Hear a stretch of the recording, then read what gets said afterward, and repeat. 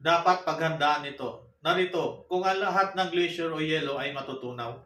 Una, pagtaas ng antas ng dagat. Ang pagtutunaw ng glacier o yelo ay magdudulot ng malaking pagtaas ng antas ng dagat. Ayon sa mga eksperto, kung matutunaw ang lahat ng yelo o glacier sa mundo, ang antas ng dagat ay maaaring tumaas ng mga 70 metro. Ito ay magdudulot ng malawakang pagbaha sa mga mabababang lugar, kasalukuyang baybayin at mga isla na maaaring magresulta ng paglikas ng milyon-milyong tao. Pangalawa, pagbabago sa klima.